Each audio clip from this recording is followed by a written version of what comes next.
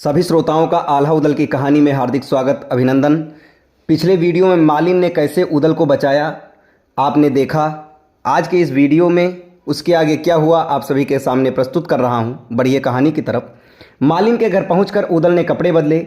ढेवा ने कहा कि फुलवा को मैं भी देखना चाहता हूं।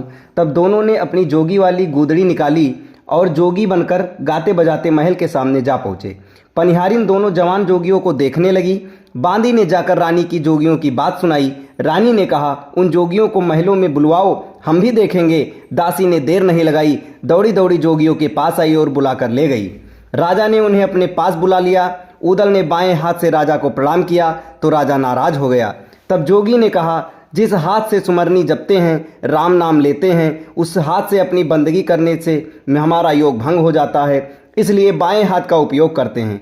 फिर तो राजा की आज्ञा से जोगी गाने बजाने लगे। उदल की तान और ढेवा की खंजरी की आवाज़ ने सबके मन मोह लिए। वाह वाह होने लगी। राजा नरपति सिंह बहुत प्रसन्न हुए। उदय सिंह राय ने नृत्य करना शुरू कर दिया। महलों की दीवारें तक मोहित हो गईं। राजा ने आग्रह किया, जोगी आज यहीं विश्राम करें तथा हमारा आतिथ्य स्वीकार करें। उदल ने कहा कि हम लोग ब्रह्मचारी हैं, केवल कुंवारी कन्या या बाल ब्रह्मचारी के हाथ से भोजन करते हैं।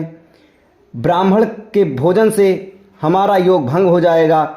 तब राजा ने आग्रह किया, अपनी कन्या फुलवा के हाथ से भोजन बनवाता हूं, आप स्वीकार कीजिए।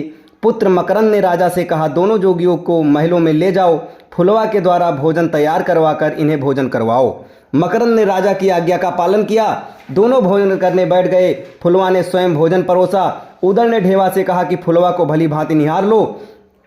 भोजन करने को कहा गया तो उदल ने सोचा, मैं ब्याह से पहले फुलवा के हाथ का भोजन करूंगा तो मेरी राजपुताना शान बान घट जाएगी। तभी उदल ने बेहोश होने का नाटक किया। चंपा रानी को शक हुआ कि छोटा जोगी मेरी बेटी का रूप देखकर होश खो बैठा है। तब ढेवा ने कहा कि जोगी को चुड़ैलों ने पकड़ लिया है, इस महल में चुड़ैलियों का साया घूम रहा है। वैद्यों ने भी उपचार किया पर व्यर्थ गया। तब स्वयं फुलवा आई और धीरे धीरे से उदल से बोली, क्यों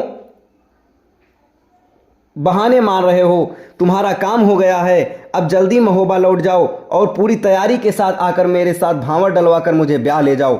उदल उठ गए और चलने की तैयारी करने लगे। मालिन के घर पहुंचकर वस्त्र बदले और महोबा को वापस चलने के लिए विचार आते ही सोचा, काबुल गए, ना घोड़े खरीदे, जो धन लेकर चले थे वह सब खर्च हो गया। राजा पनिमाल को तब अग्रज आल्हा को क्या जवाब देंगे। तब ढेवा ने उदल से कहा, तुम पागल का नाटक करके चलो, बाकी मैं संभाल लूंगा, जो कहना होगा मैं कह लूंगा। दोनों उदल और ढेवा लौटकर